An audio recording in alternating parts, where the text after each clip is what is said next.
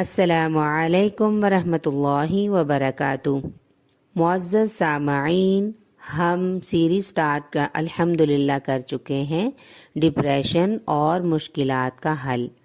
آج ہمارا part number 3 ہے۔ آج ہم اپنے نبی حضرت محمد صلی اللہ علیہ وسلم کے ذریعے سے جاننے کی کوشش کریں گے کہ احادیث مبارکہ کے حوالے سے ہمارے نبی نے غم اور ڈپریشن میں کون سی دعائیں پڑھی تھیں۔ نبی کریم صلی اللہ علیہ وسلم پریشانی، غم یا ڈپریشن کے موقع پر یہ دعا مانگا کرتے تھے۔ صحیح بخاری کی حدیث نمبر 6346 ہے یہ، آپ انشاءاللہ تصدیق ضرور کیجیے گا۔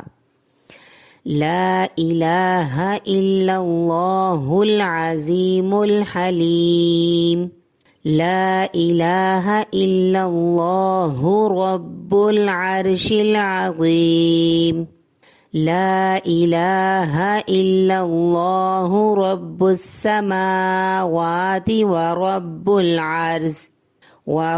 العرش الکریم۔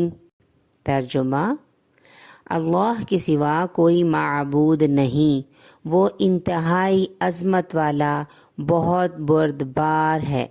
اللہ کے سوا کوئی معبود نہیں، وہی عرش عظیم کا مالک ہے۔ اللہ کے سوا کوئی عبادت کے لائق نہیں، وہ آسمانوں اور زمین کا رب ہے اور عزت والے عرش کا مالک ہے۔ اس کے ساتھ ہم انشاءاللہ کل مزید آیت کے ساتھ حاضر ہوں گے۔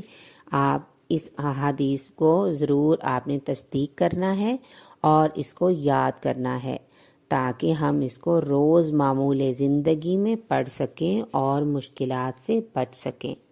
جزاکم اللہ خیر۔ السلام علیکم ورحمۃ اللہ وبرکاتہ۔